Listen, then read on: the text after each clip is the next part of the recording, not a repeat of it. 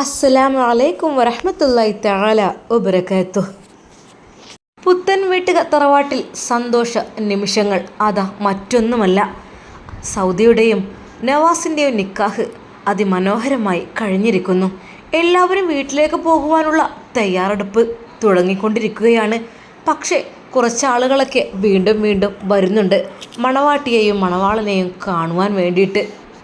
ഐഷുമ്മാക്ക് എല്ലാ ടെൻഷനുകളും പോയി. അവർ അള്ളാഹുവിനെ സ്തുതിച്ചു. അൽഹംദുലില്ലാ, പഠിച്ചവനെ മാഷാ അല്ലാ, ഇപ്പോഴാണ് റാഹത്തായത്. ഇപ്പോൾ എൻ്റെ ഫൈസലിനെ കൂടി, ഫൈസൽ അവിടെയും ഇവിടെയും ഓടി നടക്കുന്നുണ്ട്. എൻ്റെ കുട്ടിക്കും കൂടി റബ്ബേ ഒന്ന് നീ റാഹത്താക്കി തന്നിരുന്നെങ്കിൽ എത്ര നന്നായിരുന്നു. എൻ്റെ 2 മക്കളെ ജീവിതം അൽഹംദുലില്ലാ റാഹത്തായി എന്ന് തന്നെ വിചാരിക്കുക പഠിച്ചവനെ. പെട്ടെന്നാണ് ആ ഒരു ഹാളിൽ അത് അവളുടെ ശ്രദ്ധയിൽ പെട്ടത്. മണവാട്ടിയുടെ കണ്ണുകൾ അറിയാതെ ആ ഒരു കണ്ണിൽ ഉടക്കി. തന്നെ മാത്രം തുറച്ചു നോക്കുന്ന 2 കണ്ണുകൾ അറിയാതെ അവളുടെ കണ്ണിൽ പെട്ടു. ഒരു നിമിഷം അവളുടെ മുഖത്തെ ആ ഒരു സന്തോഷമെല്ലാം എവിടെയോ മാഞ്ഞും മറഞ്ഞതുപോലെ അവൾക്ക് അനുഭവപ്പെടുന്നു. അല്ലാ പഠിച്ചോനെ. പെട്ടെന്ന് അതാ നവാസ് വിളിക്കുന്നു. അതെ സൗദ, എന്താ, എന്തു പറ്റി, എന്തൊരു മൂഡ് ഓഫ്? ഒന്നുമില്ല. മറ്റൊന്നും അല്ലായിരുന്നു. ആ വേദിയിൽ എല്ലാവരുടെയും ഇടയിൽ ആ 2 കണ്ണുകൾ അവളെ നോക്കിയിരുന്നത് മറ്റാരുടേതും ആയിരുന്നില്ല. സത്താർ, അയാൾ അവിടെ എത്തിയിരിക്കുന്നു. അയാളെ ആരും ക്ഷണിച്ചിട്ടില്ല, പക്ഷെ ക്ഷണിക്കാതെ കടന്നു വന്നിരിക്കുന്നു. അവളെ മാത്രം നോക്കിക്കൊണ്ടിരിക്കുന്നു. എന്നാൽ അവൻ്റെ അടുത്തിരിക്കുന്നവരോടായിട്ട് അയാൾ പറയുന്നുണ്ട്, അതേ എൻ്റെ പെണ്ണാണത്, അവൾ എൻ്റെ പെണ്ണ് തന്നെയാണ്, മറ്റാരുമല്ല. എൻ്റെ പെണ്ണ് എന്നെ ചതിച്ചിട്ട് പോവാണ്. കാണാം അവളുടെ ജീവിതം കാര്യമൊക്കെ. ഒരിക്കലും സത്താർ ആ സദസ്സിലേക്ക് എത്തുന്നത് ആരും വിചാരിച്ചിട്ടില്ല. ആരും അയാളെ ക്ഷണിച്ചിട്ടുമില്ല, പറഞ്ഞിട്ടുമില്ല. പിന്നെ എങ്ങനെയൊക്കെയോ അയാൾ മണത്തെറിഞ്ഞ് വന്നിരിക്കുന്നു. അവളുടെ മുഖത്തെ ആ ഒരു പുഞ്ചിരി മാഞ്ഞു. പരിഭ്രമം പരന്നപ്പോൾ ശരിക്കും നവാസിന് അത് വല്ലാത്തൊരു വിഷമായി മാറി. സൗദ മോളെ, എന്തു പറ്റി? എന്താ, വെള്ളം വേണോ? വേണ്ടിക്ക.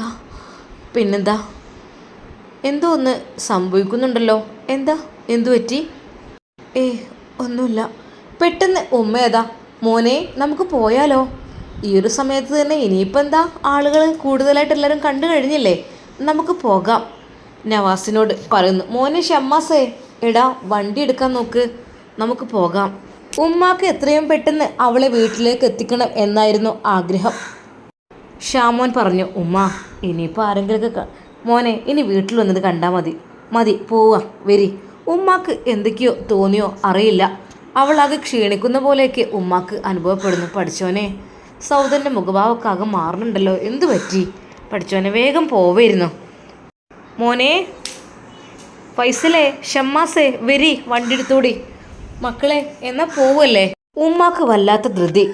ഷമ്മാസും വെറുതെ, എന്താ റബ്ബേ ഉമ്മ എത്ര പെട്ടെന്ന് ഇങ്ങനെ? മക്കളെ വരി, പോവുക. അങ്ങനെ അതാ നവാസും സൗദയും അവിടെ നിന്ന് ഇറങ്ങുന്നു. ഉമ്മ അവളുടെ കൈ പിടിക്കുന്നു. മോളെ വരി, ഇനി നമുക്ക് വീട്ടിലേക്ക് പോകാം, അതായിരിക്കും നല്ലത്. ഉമ്മയുടെ മനസ്സിലേക്ക് എന്തൊക്കെയോ ഒരു ടെൻഷൻ കയറുന്ന പോലെ ഉമ്മാക്ക് തന്നെ തോന്നുന്നു. നേരെ അതാ അവളുടെ ഉമ്മയുടെ അടുക്കിലേക്ക് എത്തുന്നു. അതെ, ഞങ്ങളെന്ന മോളെ കൊണ്ടോട്ടെ? കൊണ്ടുപോകണോ? കൊണ്ടോട്ടെട്ടോ. ഇനിയിപ്പോൾ ഇൻഷാ അല്ലാ അടുത്ത പരിപാടിക്ക് എങ്ങനെ വെച്ചാൽ അറിയിക്കുക. ഇപ്പം അൽഹംദുലില്ലാ നിക്കാഹ് കഴിഞ്ഞില്ലേ, ഞങ്ങൾ കൊണ്ടോട്ടെ. ആ ഉമ്മയുടെ കണ്ണുകൾ നിറഞ്ഞു. അനിയത്തിമാരും അതാ അവളുടെ അടുക്കലേക്ക് എത്തുന്നു. ഇത്താത്ത പോവാണോ? പോട്ടെട്ടോ മക്കളെ. മോളെ എന്ന് പറഞ്ഞുകൊണ്ട് ഉമ്മ അതാ കെട്ടിപ്പിടിക്കുന്നു. ഉപ്പ അതെല്ലാം നോക്കി നിൽക്കുന്നുണ്ടായിരുന്നു. മോളെ ഉപ്പാനോടൊന്ന് പറഞ്ഞാളാ. ഉപ്പ കൂടുതലായി അടുത്തേക്കൊന്നും വരുന്നില്ല, എല്ലാം നോക്കിക്കൊണ്ടിരിക്കുകയാണ്. അവൾ ചുറ്റുഭാഗത്തുമായി നോക്കുന്നു ഉപ്പയെ. അപ്പോഴേക്കും ഉപ്പ അടുക്കലേക്ക് എത്തുന്നു. മോളെ പോകാനായോ? ഉപ്പ ഞാൻ പോയിട്ട് വരാം. മക്കളെ കരയരുത്, കരയാൻ പാടില്ല. കരയല്ലേ? അവരെല്ലാവരും അവിടെ കരയുകയാണ്. അനിയത്തിമാരും ഉമ്മയും മക്കളുമല്ല. ഉപ്പയുടെ കണ്ണുകളും നിറഞ്ഞു. മണവാട്ടി ഇറങ്ങുന്ന അവളെ അവർ നോക്കിക്കൊണ്ടിരിക്കുന്നു. ഉമ്മ ഒരിക്കൽ കൂടി പറഞ്ഞു, എന്നാൽ ഞങ്ങളങ്ങോട്ട് കൊണ്ടോട്ടെട്ടോ. നവാസും പറഞ്ഞു, ഉമ്മ എന്നാൽ പോയിട്ട് വരാം, അസ്സലാമു അലൈക്കും. ഉപ്പ പോയിട്ട് വരാം, അസ്സലാമു അലൈക്കും. എല്ലാവരോടും സലാം പറഞ്ഞുകൊണ്ട് അതാ അവർ ഇറങ്ങുന്നു. എന്നാൽ ഇതെല്ലാം കണ്ടുകൊണ്ടിരിക്കുന്ന സത്താർ, അവളുടെ മനസ്സിൽ വല്ലാത്തൊരു പേടിയാണ് അത് അകപ്പെട്ടത്. സത്താർ അത് നോക്കിക്കൊണ്ടിരിക്കുന്നു. എൻ്റെ പെണ്ണാണ്, എൻ്റെ പെണ്ണിനെയാണ് അവൻ കൊണ്ടുപോകുന്നത്. കാണാം കാണാം. അവൻ ചുറ്റുമുള്ളവരോടുമായി അതാണ് പറയുന്നത്. എല്ലാവർക്കും ഓരോ സംശയം. എന്നാലിപ്പോൾ എന്താ അങ്ങനെ പറയുന്നത്? എൻ്റെ പെണ്ണാണ്, വിശ്വസിക്കാൻ പറ്റൂല. ഇപ്പോഴത്തെ കാലല്ലേ, പെൺകുട്ടികളും ഓരോ വാക്കിനൊരു വിലയല്ല. ആരുടെയെങ്കിലൊക്കെ ഒപ്പം കുറച്ചൊക്കെ നിന്നിട്ടുണ്ടാവും, പിന്നെ കല്യാണമൊക്കെ ശരിയായിപ്പണ്ട്. അങ്ങനെ പല വർത്തമാനങ്ങളും അതും അതിനിടയിൽ നടക്കുന്നു. എന്നാൽ സത്താർ ഉറപ്പിച്ച് പറയുന്നു, അവൾ എൻ്റെ പെണ്ണാണ്, എൻ്റെ കൂടെ കഴിഞ്ഞവളാണ്. എടാ, ഈ സമയത്ത് അങ്ങനെയൊന്നും പറയില്ല, ആ പെണ്ണൊന്ന് മണവാട്ടി ഇറങ്ങിക്കോട്ടെ, കൂടെയുള്ള ആൾ പറയുന്നു. സൗദ അതാ മണവാട്ടി ഇറങ്ങുന്നു. നവാസ് അവളുടെ കൈ പിടിച്ചുകൊണ്ട് നടക്കുകയാണ്. എല്ലാവരും അതാ വാഹനത്തിലേക്ക് കയറുന്നു. ഷമ്മാസാണ് അതിന് ഡ്രൈവർ. ഉമ്മയും മറുഭാഗത്തായി ഇരിക്കുന്നു. ബാക്കിലായിട്ട് അതാ മണവാളനും മണവാട്ടിയും കൂടെ നുസൈബയും കയറുന്നു. നുസൈബ പറഞ്ഞു, ഞാൻ അടുത്ത വണ്ടിക്ക് വന്നോൾ. അത് പറ്റില്ല, നീ കയറ്, ഷമ്മാസ് പറഞ്ഞു. അവരെല്ലാവരും കൂടി മക്കളും കൂട്ടി അവരതാ പുറപ്പെടുന്നു വീട്ടിലേക്ക്. ഉമ്മയും ഉപ്പയും അനിയത്തിമാരും എല്ലാവരും നോക്കി നിൽക്കുന്നു. പലരും പറഞ്ഞു, അവിടെ എത്തി കിട്ടിയാലേ ഓള് കഴിച്ചില്ലാവും, നല്ല കുടുംബമാണ്. എന്നാൽ അപ്പോൾ തന്നെ അത് സൗദക്ക് ചെറിയൊരു തലചുറ്റൽ പോലെ അനുഭവപ്പെടുകയാണ്. എന്തു പറ്റി സൗദ? നവാസ് ചോദിക്കുന്നു. പെട്ടെന്ന് ഷമ്മാസ് വണ്ടി ബ്രേക്കിട്ടു. എന്തു പറ്റി? അത് ഉമ്മ, ഇവൾക്കെന്തോ തല കറങ്ങി. എനിക്ക് തല കറങ്ങുന്ന പോലെ. ഉമ്മ, എന്താ മോനെ? സൗദ അതാ പാതി കണ്ണടച്ച് തളരുന്നു. സൗദ അവൻ വിളിച്ചു. ഇത്താത്ത, സൗദത്ത, നുസൈബയും വിളിക്കുന്നു. പടച്ച റബ്ബേ, എന്തൊക്കെയാ റബ്ബേ ഈ കാണുന്നത്? മോനെ, വണ്ടി സൈഡാക്ക്. അപ്പോഴേക്കും ഷമാസ് വണ്ടി സൈഡാക്കി. അവരെല്ലാവരും കാറിൽ നിന്നിറങ്ങി. എന്നാൽ ആ സമയമായപ്പോഴേക്കും സൗദ തല കറങ്ങി അങ്ങ് തളർന്നു പോയിരുന്നു. പഠിച്ചോനെ, എന്താ റബ്ബേ കാണുന്നത്? മോനെ, നേരെ ഹോസ്പിറ്റലിലേക്ക് വിട്ടോ. കൂടെ വന്ന വണ്ടിക്കാരോട് അവർ വീട്ടിലേക്ക് പറയുവാൻ വേണ്ടി അതാ ആവശ്യപ്പെടുന്നു. അവർ നേരെ ഹോസ്പിറ്റൽ ലക്ഷ്യമാക്കിക്കൊണ്ട്.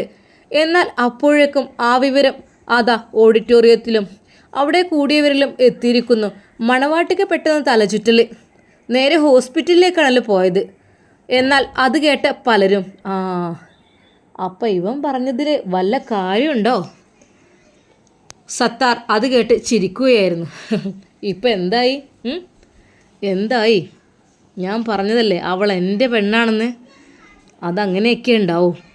അവൻ ആസ്വദിക്കുന്നു ആ ഒരു നിമിഷങ്ങൾ. വീട്ടുകാരാകെ ബേജാറാകുന്നു. റബ്ബേ, എന്തു പറ്റി? മറ്റൊരു വാഹനത്തിലായിട്ട് ഉമ്മയും ഉപ്പയുമൊക്കെ അതാ പുറപ്പെടുന്നു ഹോസ്പിറ്റലിലേക്ക്. നേരെ ഹോസ്പിറ്റൽ ലക്ഷ്യമാക്കിക്കൊണ്ട് അതാ ഷമ്മാസ് വണ്ടി തിരിക്കുന്നു. പെട്ടെന്ന് എമർജൻസി ആയിട്ട് അവളെ കയറ്റുന്നു. എന്താ മണവാട്ടി വേഷത്തിൽ എന്താ ഇത്? നേഴ്സുമാർ ചോദിക്കുമ്പോൾ പെട്ടെന്ന് തല കറങ്ങി വീണാണ്. ഓ, അങ്ങനെയാണോ? പെട്ടെന്ന് അവളെ അത് റൂമിലേക്ക് കൊണ്ടുപോയി ഓക്സിജൻ കൊടുക്കുന്നു. നവാസിൻ്റെ മനസ്സിൽ ആകെ ടെൻഷൻ. റബ്ബേ. ഉമ്മ ആണെങ്കിൽ അതിലേറെ സങ്കടം. പഠിച്ചവനെ, എന്തൊക്കെയാ റബ്ബേ കാണുന്നത്? ആദ്യത്തെ ദിവസം തന്നെ കുട്ടിക്ക് എന്താ അത് പറ്റിയത്? ഷമ്മാസും നുസൈബയും ആകെ ഞെട്ടിത്തെരിച്ചിരിക്കുകയാണ്. എന്തു പറ്റി? ഒരു കുഴപ്പമില്ലായിരുന്നു, എന്തിതിങ്ങനെ പറ്റിയത്? അറിയുന്നില്ല. ഡോക്ടർ എന്താ പറഞ്ഞത്? നല്ല രീതിയിൽ ക്ഷീണമുണ്ട്, പിന്നെ നോക്കാം, എന്താണ് കാരണം നോക്കാം. തൽക്കാലം ഗ്ലൂക്കോസ് കയറ്റിയിട്ടുണ്ട്. ഓക്കെ. ചിലപ്പോൾ ഡ്രസ്സും കാര്യങ്ങളൊക്കെ ഒരുപാട് ടൈം മാറ്റി നിൽക്കുകയല്ലേ, ആ ഒരു ചൂടും എല്ലാം കൂടി ആയപ്പോൾ അതായിരിക്കും. അതൊന്നല്ല, അവിടേക്ക് മൊത്തം AC തന്നെയായിരുന്നു. പിന്നെ ഇപ്പം എന്താ, എന്തെങ്കിലും ടെൻഷനായിട്ടുണ്ടാവേ. എന്തെങ്കിലും ടെൻഷനുള്ള രീതിയിൽ എന്തെങ്കിലും ഉണ്ടോ? ഇത് വിവാഹത്തിൻ്റെ എന്തെങ്കിലും പ്രോബ്ലം? അങ്ങനെയൊന്നുമില്ല. പിന്നെ എന്താണ്? ഡോക്ടർ അതാ നവാസിനെ വിളിപ്പിക്കുന്നു. വിവാഹമാണല്ലേ, വിവാഹമായിട്ട് വധുവിന് ചെറിയൊരു പ്രോബ്ലം വന്നു അല്ലേ, അതിന് ടെൻഷനായിരിക്കും. നവാസ് ശരിക്കും സങ്കടപ്പെട്ടിരുന്നു. എന്താ നിങ്ങളുടെ വിവാഹത്തിന് എന്തെങ്കിലും അസ്വാഭാവികത? സാറേ, എൻ്റെ രണ്ടാം വിവാഹമാണ്. ആണോ? അപ്പോൾ ആ കുട്ടിയുടെ? അവളത് ഒന്നാമത്താണ്. അതെന്താ അങ്ങനെ? അത് അവൾക്ക് അല്പം വിവാഹം കഴിക്കാൻ നേരം വൈകിയതാണ്. പിന്നെ എൻ്റെ ഭാര്യയാണെങ്കിൽ എൻ്റെ കൂടെ ജീവിക്കുന്നില്ല. അവൾക്ക് എന്നെയും മക്കളെ ഇഷ്ടമില്ലാത്തതുകൊണ്ട്. മക്കളുണ്ടോ? ആ ഉണ്ട്. എത്ര പേരുണ്ട്? 2 ആളുണ്ട്. ആണല്ലേ? എന്തെങ്കിലും കുട്ടിക്ക് ഈ വിവാഹത്തിനോട് താല്പര്യക്കുറവ് വല്ലതും ഉണ്ടായിരുന്നോ? ഏയ് അതൊന്നും ഇല്ല. ഇവരുടെ പാരൻസ് വന്നിട്ടുണ്ട് കുട്ടിയുടെ? ആ, അപ്പോഴേക്കും അതാ ഉമ്മയും ഉപ്പയും അങ്ങോട്ട് എത്തിയിരുന്നു. ഒന്ന് വിളിപ്പിക്കൂട്ടോ. അങ്ങനെ അതാ നവാസ് ഉമ്മയും ഉപ്പയും വിളിച്ച് ഡോക്ടറുടെ അടുക്കിലേക്ക് വിടുന്നു. മോൾക്ക് ഇതിനു മുമ്പായിട്ട് എന്തെങ്കിലും? ഇല്ല ഡോക്ടറെ, ഞങ്ങളെ കുട്ടിക്കൊന്നും ഉണ്ടായിട്ടില്ല. പിന്നെന്താ, കുട്ടിക്ക് വിവാഹത്തിനോട് താല്പര്യമില്ലായിരുന്നോ? അവൾക്ക് ഇഷ്ടമായിരുന്നല്ലോ, ഒരു കുഴപ്പമില്ല. അവൾ തന്നെയാണ് എന്നെ സമ്മതിച്ചതൊക്കെ. ഞാൻ വീണ്ടും വീണ്ടും ചോദിച്ചിട്ടുണ്ട്. മോളെ, 2 കുട്ടികളുണ്ട്, ഭാര്യ ഇല്ല, നിന്നെയാണെങ്കിൽ തീരെ കല്യാണം കഴിച്ചിട്ടില്ല. മോൾക്ക് താല്പര്യക്കുറവുണ്ടോ? ഇല്ല ഉമ്മ, ഒന്നുമില്ല, എനിക്കിഷ്ടമാണ് എന്നവൾ പറഞ്ഞതാണ്. അതുകൊണ്ട് മാത്രമാണ് ഞങ്ങളുടെ നിന്നതും. പെട്ടെന്ന് പേഷ്യൻ്റ് അതാ ഛർദ്ദിക്കുന്നു. ഡോക്ടറെ, പേഷ്യൻ്റ് നന്നായിട്ട് ഛർദ്ദിക്കുന്നുണ്ട്. ഓഹോ, അങ്ങനെയാണോ? അതിൻ്റെ സാമ്പിള് ഒന്ന് എടുത്തോളൂ കേട്ടോ. ഒരുപാട് സമയം അവൾ ബുദ്ധിമുട്ടായി ഛർദ്ദിക്കുന്നു. ഇതിന് ലക്ഷണം വെച്ച് കണ്ടിട്ട് ഞങ്ങൾക്ക് നോക്കണം. ഓക്കെ. പിന്നെ കുട്ടിക്ക് ടെൻഷൻ കാരണവും എല്ലാം കൊണ്ടും ഉണ്ടാവും. ഇത് ടെൻഷൻ കൂടുതലായി കഴിഞ്ഞാൽ ഉണ്ടാവും. അതുപോലെ ഭക്ഷണത്തിൽ എന്തെങ്കിലും പെട്ടിട്ടുണ്ടാകും. അങ്ങനെയൊക്കെ ഒരുപാട് ഞങ്ങൾ ചെക്ക് ചെയ്യട്ടെ. ഓക്കെ. പിന്നെ കുട്ടിയുടെ ഇഷ്ടപ്രകാരം ആണല്ലോ വിവാഹം, അല്ലാതെ നിങ്ങൾ നിർബന്ധിച്ച് രക്ഷിതാക്കളുടെ നിർബന്ധത്തിന് അങ്ങനെയൊന്നുമല്ലല്ലോ. അതായത് കല്യാണം കഴിക്കാത്തൊരു കുട്ടിയെ മക്കളുള്ള ഒരു ഭർത്താവിനെ കൊണ്ട്, 2ാം വിവാഹക്കാരനെ കൊണ്ട് കല്യാണം കഴിപ്പിക്കുമ്പോൾ ചില കുട്ടികൾക്ക് അതിൽ ഇഷ്ടപ്പെടണമെന്നില്ല. നിങ്ങളൊരു പക്ഷേ സാമ്പത്തികമായി പിന്നോക്കം നിൽക്കുന്നത് കൊണ്ടും അങ്ങനത്തെ ഒരു സമ്മർദ്ദം അങ്ങനെ ചെയ്യാനുള്ള ചാൻസ് നിങ്ങൾക്ക് കൂടുതലായതുകൊണ്ട് ഒരു പക്ഷേ കുട്ടിക്കത് ഉൾക്കൊള്ളാൻ കഴിഞ്ഞിട്ടുണ്ടാവില്ല. അതുകൊണ്ടായിരിക്കും. അതാണ് എനിക്ക് ഏറ്റവും കൂടുതൽ. അല്ല സാറേ, ഡോക്ടറെ, ഒരിക്കലും അങ്ങനെയല്ല. എൻ്റെ കുട്ടിക്ക് ഇഷ്ടമായിരുന്നു, താല്പര്യമായിരുന്നു ഈ വിഷയത്തിനോട്. സൗദിയുടെ നിക്കാഹ് കഴിഞ്ഞ് വീട്ടിലേക്ക് കൊണ്ടുപോകും വഴി അവൾ തലകറങ്ങി വീണതും ഹോസ്പിറ്റലിലായതും എല്ലായിടത്തും പെട്ടെന്ന് സ്പ്രെഡാകുന്നു. എല്ലാവരും തന്നെ വല്ലാത്തൊരു പുതുമ. ചില പെൺകുട്ടികളെ പെരേക്ക് കയറ്റുമ്പോൾ തന്നെ അങ്ങനെയാണെങ്കിൽ ആ കുട്ടി നല്ലതല്ല. പണ്ടത്തെ കാലത്തൊക്കെ അങ്ങനെ വീണ് കഴിഞ്ഞാൽ തിജ്ജും വെള്ളം കാത്തോളി എന്നങ്ങാണ്ട് നുളൊഴിച്ചല്ലോ എല്ലാവരും. കാരണം പല അസുഖമുള്ള കുട്ടികളുണ്ടാവേ. ഇതിനിപ്പോൾ എന്തൊക്കെയാവും. ആ കുട്ടിയെന്ന് വെച്ചാൽ ആ ചെക്കനെ ആദ്യത്തെ പെണ്ണുങ്ങളാണ് അങ്ങനത്തെ ഒരു സാധനമാണ്. ഓളങ്ങനെ പോയി 2 കുട്ടികളും. ഇപ്പോഴത്തേതാണെങ്കിൽ ഇങ്ങനെയും. പഠിച്ചോനെ, ഓരോരുത്തർക്ക് പരീക്ഷണം പല വഴിക്കുമാണ് വരിക. ചിലയിടത്തുനിന്നാണെങ്കിൽ പരീക്ഷണം കണ്ട് വിട്ടുപോകില്ല, എന്നും പരീക്ഷണമായിരിക്കും. എന്തൊക്കെയാണാവോ. റജിനത്ത ഇതെല്ലാം അറിഞ്ഞ് ആകെ ടെൻഷനാവുകയാണ്. റബ്ബേ, എൻ്റെ നവാസിനെ ഞാനായിട്ട് കണ്ടുപിടിച്ച് കൊടുത്തതാണ് ഒരു പെണ്ണിനെ. പഠിച്ചോനെ, ഒരു കുഴപ്പവും ബുദ്ധിമുട്ടില്ലാതെ രക്ഷപ്പെട്ടാൽ മതിയായിരുന്നു. റബ്ബേ, എത്ര ഇതായിരുന്നു. ഐഷുമ്മ ആകെ സങ്കടത്തിലാണ്. നവാസ്കയും മക്കളാണെങ്കിൽ ഉമ്മയുടെ മുഖത്തേക്ക് നോക്കി ചോദിക്കും. ഉമ്മ എന്ത് പറ്റിയത്? ഉമ്മച്ചിക്ക് എന്താ പറ്റിയത്? എന്താ പറ്റിയത്? ഉമ്മച്ചി എന്താ കണ്ണ് തുറക്കാത്തത്? മക്കളെ ഒക്കെ കണ്ണ് തുറക്കും, ശരിയാവും, നിങ്ങൾ വിഷമിക്കല്ലേ. അവർക്കും ഒരുപാട് സംശയങ്ങൾ. സന്തോഷകരമായ ആ ഒരു പുത്തൻ വീട്ട് തറവാട്ടിലെ അംഗങ്ങൾക്ക് ഇപ്പോൾ ദുഃഖമാണ്. കാരണം മറ്റൊന്നുമല്ല, ഏറെ ആകാംക്ഷയോടെ പ്രതീക്ഷയോടെ കാത്തിരുന്ന ഞങ്ങളുടെ നവാസ്കയുടെ നിക്കാഹ്. പഠിച്ചവനെ, സന്തോഷം മുഴുവനാകുന്നതിന് മുമ്പ് അതങ്ങ് കെട്ടുപോയല്ലോ എന്നോർത്ത് വല്ലാത്തൊരു വിഷമായിരുന്നു അത്. അപ്പോഴേക്ക് സാജിത്യവും ഹസ്ബൻഡുമെല്ലാം ഹോസ്പിറ്റലിലേക്ക് എത്തിയിരുന്നു. എന്തായി ഉമ്മ? എന്താ പറഞ്ഞത് ഡോക്ടർ? നോക്കുന്നുണ്ട്, ടെൻഷൻ കൊണ്ടായിരിക്കും, ഫുഡ് പോയ്സൺ എന്തെങ്കിലും ആയിരിക്കും, അങ്ങനെയൊക്കെ നോക്കുന്നുണ്ട് മോളെ. കുട്ടി ദോഹർക്ക്, ഉമ്മാൻ്റെ കുട്ടി ദോഹർക്ക്. പാവം എൻ്റെ നവാസിൻ്റെ സ്ഥിതി ഒന്ന് ആലോചിച്ച് നോക്ക്. പുതിയാപ്പിള ഇറങ്ങി ഞങ്ങൾ വീട്ടിൽ എത്തിയിട്ടില്ല, നിക്കാഹ് കഴിഞ്ഞു, അറിയുന്നില്ല. പെട്ടെന്ന് അതാ നേഴ്സ് വിളിക്കുന്നു. സൗദിയുടെ കൂടെ നവാസ് ഓടിച്ചെന്നു. എന്താ? ഈ മെഡിസിൻ ഒന്ന് വാങ്ങിക്കൊണ്ടുവന്നോളൂ കേട്ടോ. ഓക്കെ, വിളിക്കാം, പറയാട്ടോ. എന്തായി? അപ്പോഴേക്കും നവാസ് അങ്ങോട്ട് വന്നു. സിസ്റ്ററെ, എന്തായി സൗദിയുടെ കാര്യങ്ങൾ? അത് പറയാം, ഞങ്ങൾ ചെക്കിങ്ങിലാണ്, നോക്കട്ടെ കേട്ടോ, റിസൾട്ട് കിട്ടിയിട്ട് ഇതാ ഈ മെഡിസിൻ വാങ്ങിക്കോളൂ. അത് പറഞ്ഞുകൊണ്ട് അതാ സിസ്റ്റർ അവിടെ വാതിലടക്കുകയും ചെയ്തു. മോനെ മോനെ എന്താ പറഞ്ഞത്? ഉമ്മ ചോദിക്കുന്നു. അത് പറയാമെന്ന് പറഞ്ഞിട്ട് ഈ മെഡിസിൻ ഒന്ന് വാങ്ങിയിട്ട് വരാമെന്നാണ് പറഞ്ഞത്. റബ്ബുൽ തമ്പുരാനെ എന്താ ചെയ്യുക എനിക്കറിയില്ല. ഉമ്മ പെട്ടെന്ന് അതാ വാതിലിന് പോയി മുട്ടുന്നു. ഉമ്മ. നവാസ് വിളിച്ചു. മോനെ അവിടെ നിൽക്ക്, ഞാൻ ചോദിച്ചു നോക്കട്ടെ. ഉമ്മ അങ്ങനെ പെട്ടെന്ന് എന്താണ് സൗദൻ്റെ സ്ഥിതി ഇപ്പം എന്താ? ഒന്ന് കാണാൻ പറ്റുമോ കുട്ടിനെ? അത് ഡോക്ടർ പരിശോധിച്ചു കൊണ്ടിരിക്കുകയാണ്. ഇപ്പോൾ ഒരു 5 മിനിറ്റ് കഴിഞ്ഞിട്ട് വിളിക്കാം കേട്ടോ. ഡോക്ടറോട് ചോദിച്ചിട്ട് വിളിക്കാം. നേരെ സിസ്റ്റർ ഇതാ ഡോക്ടറുടെ ഇടയ്ക്കൽ. ഡോക്ടറെ, ഒരു ഉമ്മ വന്നിട്ട് പറയുന്നുണ്ട് സൗദയെ ഒന്ന് കാണാൻ പറ്റുമോ? അകത്തേക്ക് പ്രവേശിച്ചോളൂ, കുഴപ്പമില്ല. ഉമ്മ നിങ്ങൾ വന്നോളൂ കേട്ടോ. എവിടെ എൻ്റെ കുട്ടി? സൗദ പാതി മയക്കത്തിലാണ്. ഡോക്ടറെ, എൻ്റെ കുട്ടി എന്താ അവൾക്ക് പറ്റിയത്? അത് ഞങ്ങൾ പറയാം കേട്ടോ, കുഴപ്പമൊന്നുമില്ല. ഇപ്പം ഇങ്ങനെ ജസ്റ്റ് തെളിഞ്ഞു വന്നിട്ടുണ്ട്. പക്ഷേ എന്തോ നന്നായിട്ടൊന്ന് ഛർദ്ദിച്ചിട്ടുണ്ട്. വീണ്ടും ഒരു ഛർദ്ദിക്കാനുള്ളൊരു ടെൻഡൻസിയിലേക്കാണ് നിൽക്കുന്നത്. എന്തോ ഒരു പക്ഷേ ഫുഡ് പോയ്സൺ കാര്യങ്ങൾ എന്തെങ്കിലും ആയിരിക്കും, അല്ലെങ്കിൽ ടെൻഷൻ മൂലമായിരിക്കും, അല്ലെങ്കിൽ എന്തെങ്കിലും ഒരു ഷോക്ക്, അങ്ങനെയൊക്കെ ഒരു സിറ്റുവേഷൻ വരാൻ ചാൻസ് ഉണ്ട്. അതുകൊണ്ട് നിങ്ങൾ വിഷമിക്കൊന്നും വേണ്ട കേട്ടോ. നമുക്ക് അതിൽ നിന്നൊക്കെ റീക്കവറായി വരും കേട്ടോ. ജസ്റ്റ് ഒന്ന് വിളിച്ച് നോക്കിയാൽ നിങ്ങൾക്ക് അറിയാം അതിൻ്റെ എങ്ങനെയാണ് അവളുടെ ഒരു രീതി എന്ന്. മോളെ സൗദ, ഉമ്മ വിളിക്കുന്നു. അവൾ പതുക്കെ കണ്ണുകൾ തുറക്കുന്നു. മോൾക്ക് എന്താ പറ്റിയത്? അറിയില്ലമ്മ. എന്തെങ്കിലും പറ്റിയോ ഉമ്മാൻ്റെ കുട്ടിക്ക്? എന്തെങ്കിലും ബുദ്ധിമുട്ട്? എന്താ ആയത്? ഇല്ല, ഒന്നുമില്ലമ്മ. അവൾ പതുക്കെ തുറന്ന കണ്ണുകൾ വീണ്ടും അടക്കുന്നു. ഉമ്മയുടെ കണ്ണുകൾ അത് കണ്ട് നിറഞ്ഞു. അല്ലാ പഠിച്ചവനെ, പാവാണ്, ഒന്നുമില്ലാത്ത കുട്ടിയായിരുന്നു. എന്തപ്പോൾ ഈ കല്യാണത്തിൻ്റെ സമയത്ത് തന്നെ ഇങ്ങനെ ആയിപ്പോയത്? എന്നാൽ അതിനിടയ്ക്ക് ആ ഒരു ഓഡിറ്റോറിയത്തിൽ പല പ്രചരണങ്ങളും നടക്കുന്നുണ്ട്. സത്താർ പലതും പറഞ്ഞ് പരത്തുന്നുണ്ട്. അതേ, തലകർക്കും ഛർദിയൊക്കെ വരുന്ന സമയമായി. ഓൾ എൻ്റെ പെണ്ണാണ്, നിങ്ങളോട് ഞാൻ പലവട്ടം പറഞ്ഞിട്ട് നിങ്ങളാരും വിശ്വസിച്ചില്ലല്ലോ. എൻ്റെ പെണ്ണാണോള്. മറ്റൊരുത്തിനും അവളെ കല്യാണം കഴിച്ച് കൊണ്ടുപോകണം എനിക്ക് ഇഷ്ടമല്ല. അവളെൻ്റെ പെണ്ണല്ലേ, പിന്നെങ്ങനെ അവൾക്ക് അസുഖമില്ലാതിരിക്കും? എന്നാൽ പലർക്കും അത് കേട്ടപ്പോൾ ദേഷ്യമാണ് വന്നത്. സത്താറേ, ഇങ്ങനത്തെ കണ്ണ് ചോരില്ലാത്ത വർത്താനം നീ പറയരുത് കേട്ടോ. എന്നാൽ പലർക്കും അതൊരു രസകരവുമായിരുന്നു. കണ്ട, പുതിയ ഇറങ്ങുമ്പോൾ തന്നെ പെണ്ണിന് ഛർദ്ദി തുടങ്ങി.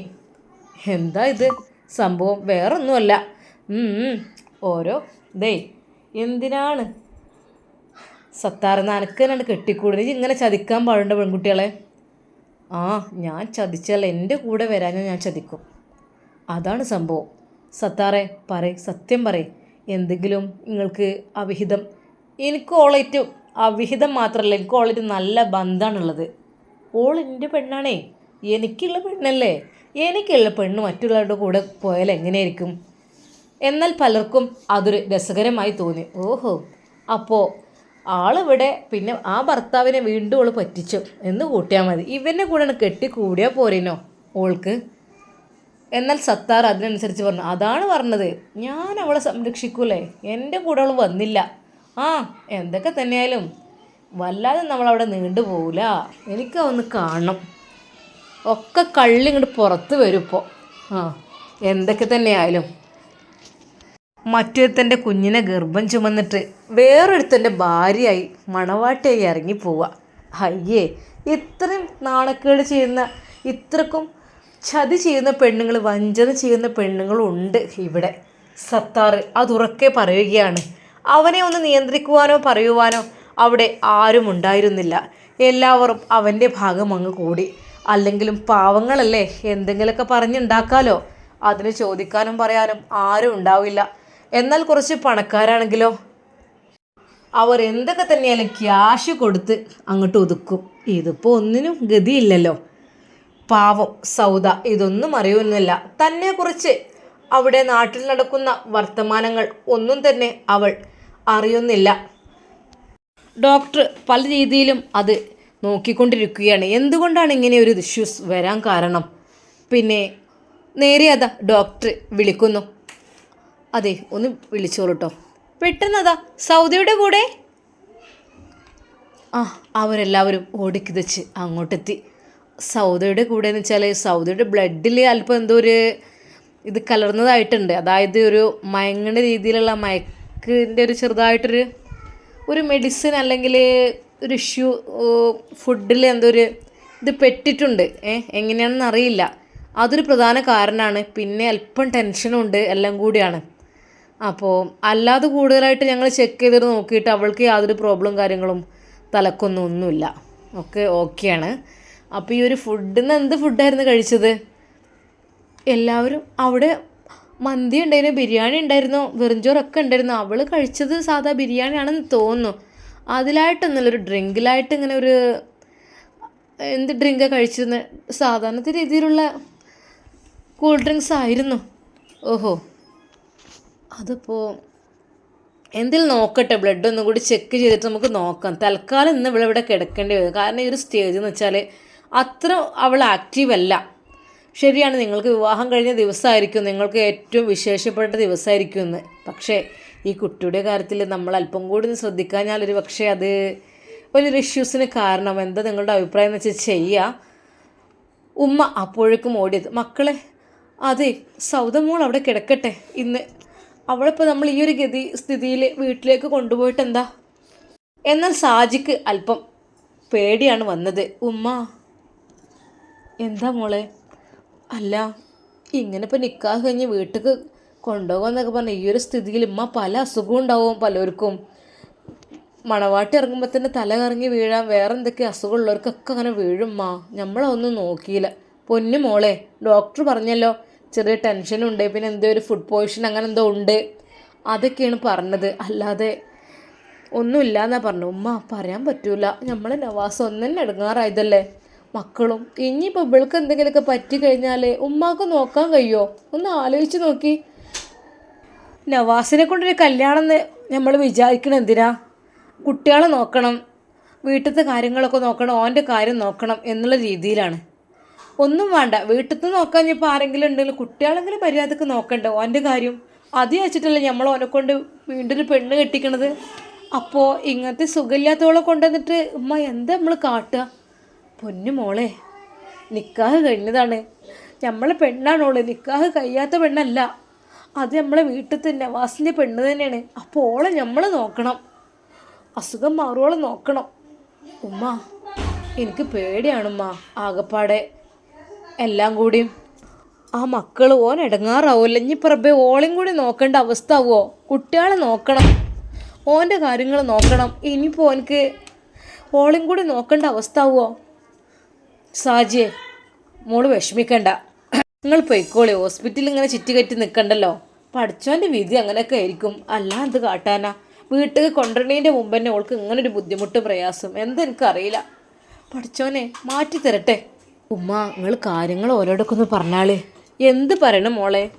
പെട്ടെന്ന് അതാ സാജി അവളുടെ ഉമ്മയുടെ അടുക്കലേക്ക് എത്തുന്നു. അതെ ഉമ്മ, സൗദൻ്റെ കാര്യം എന്തെങ്കിലും ഓൾക്ക് ഇതിന് മുമ്പ് എൻ്റെ അസുഖം ഉണ്ടായിരുന്നോ? പൊന്നു മോളെ ഒന്നുമില്ലായിരുന്നു, പിന്നെ എന്ത് ഇപ്പം ഇങ്ങനെ പെട്ടെന്ന്? അതിനായിട്ടിപ്പോൾ ഒന്നും ഉണ്ടായിട്ടുമില്ല. എന്തെങ്കിലും മുമ്പ് ഓൾക്ക് എന്തേ മരുന്ന് എന്തേ കുടിക്കണ്ടോളെ? എൻ്റെ കുട്ടി ഇതുവരെയായിട്ട് ഒരു മരുന്നും കുടിച്ചിട്ടില്ല. ചെറുപ്പത്തിലൊക്കെ പനിക്കൊക്കെ കുടിക്കുമെന്നല്ലാതെ അല്ലാത്ത സാധാരണ രീതിയിൽ ഒരു മരുന്നും ഓള് കുടിക്കലില്ല.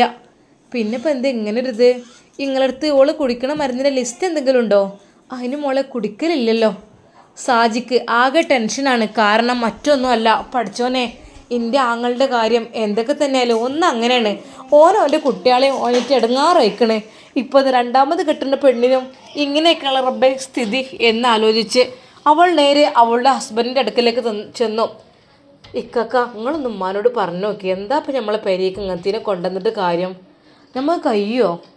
ഓനെ ഇടങ്ങാറാവില്ല എൻ്റെ ഇക്കാക്ക നവാസ്, കാരണം മക്കളെ തന്നെ ഓനെ നോക്കി കൊണ്ടെടുക്കണം. ഒരാളേതായാലും അങ്ങനെ പോയി രണ്ടാമത്തെ ഇങ്ങനെ അസുഖക്കാരനെ നോക്കാനൊക്കെ ഓർക്ക് കഴിയുമോ? പെങ്ങൾ ആകെ ടെൻഷനാവുകയാണ്. സാരമില്ല, അസുഖമല്ലേ, അസുഖം എന്ന് പറഞ്ഞാൽ മനുഷ്യന്മാർക്ക് എപ്പോഴും വരാം. സാജിയെ, നമ്മളിപ്പോൾ ഇന്ന് നല്ല രീതിയിലാണ് നിൽക്കുന്നത്, പക്ഷെ നാളെ നമ്മളെ സ്ഥിതി എങ്ങനെ പറയാൻ പറ്റൂലല്ലോ എന്ന് കരുതിയിട്ട് അവർ ഒഴിവാക്കാൻ പറ്റില്ല. ഒഴിവാക്കുക എന്നല്ല, എന്നാലും എനിക്കൊരു ബേജാറ്, ഒരു പേടിയും ബേജാറും വേണ്ട, അതൊക്കെ പഠിച്ചോ ഷിഫാക്കിക്കോളും. എന്തപ്പോൾ ചെയ്യുക, ടെൻഷൻ കൊണ്ടുണ്ടാവും എന്ന് പറഞ്ഞു, ഫുഡ് പോയ്സൺ ഉണ്ടെന്ന് പറഞ്ഞു, അങ്ങനെയൊക്കെ പറഞ്ഞല്ലോ. അങ്ങനെ എന്തെങ്കിലുമൊക്കെ ഒന്ന് പറ്റിപ്പോയാൽ നമ്മളെ സ്ഥിതി അങ്ങനെ തന്നെ അല്ലടി. നമ്മൾക്കില്ലേ മക്കളൊക്കെ, നമ്മളെ മോൾക്ക് കല്യാണം കഴിഞ്ഞ് അങ്ങനെ പോണ സമയത്ത് ഇങ്ങനത്തെ ഒരു സിറ്റുവേഷൻ വരികയാണെങ്കിൽ നമ്മളെന്തായിരിക്കും നമ്മളെ അവസ്ഥ? പെട്ടെന്ന് അവർ വേണ്ടെന്നൊക്കെ പറഞ്ഞാൽ ഒന്ന് ആലോചിച്ച് നോക്ക്. അതൊന്നല്ല ഞാൻ പറയണത് അല്ലേ, സാരല്ല, സമാധാനപ്പെട്. നേരെ അതാ അവൾ ഷമ്മാസിൻ്റെയും നവാസിൻ്റെയും അടുക്കിലേക്ക്. നവാസിൻ്റെ കണ്ണുകൾ നിറയുന്നുണ്ടായിരുന്നു. എന്നാൽ ഈ സമയം ഷമ്മാസ് പറഞ്ഞു, സാജി എന്താ സാജിത്ത അളിയനെ, നിങ്ങളിവിടെ അങ്ങ് നിൽക്കണ്ട, നിങ്ങൾക്ക് പോയിക്കൂടെ? മക്കളൊക്കെ എങ്ങനെയാ പോകാൻ, സമാധാനം വേണ്ടേ? സാരല്ല, ഒക്കെ മാറിക്കോളും. ഷമ്മാസ് പറഞ്ഞു, അതൊക്കെ ഇൻഷാല്ലാ റെഡി ആവും. എന്തെങ്കിലുമൊക്കെ ടെൻഷനായിരിക്കും, മനുഷ്യന്മാരല്ലേ, എന്തു സംഭവിക്കാലോ. അതൊന്നും വിഷയമല്ല. നിങ്ങൾ വിഷമിക്കല്ലേ, ഒക്കെ പെട്ടെന്ന് റിലാക്സ് ആകും. പെട്ടെന്നതാ സൗദിയുടെ കൂടെ ഭർത്താവ് വരൂ കേട്ടോ. നവാസ്ക ചെല്ലി. ഷാമോനെ നീയും വാടാ. അല്ലല്ല, ചെല്ലി, ഞാൻ ചെല്ലുന്നത് ശരിയല്ല. നിങ്ങൾ സൗദിയുടെ ഭർത്താവാണല്ലേ? നിങ്ങൾ ഇതിനു മുമ്പായിട്ട് പരിചയം ഉണ്ടായിരുന്നോ? നിക്കാഹ് കഴിഞ്ഞ് ജീവിച്ചിരുന്നോ?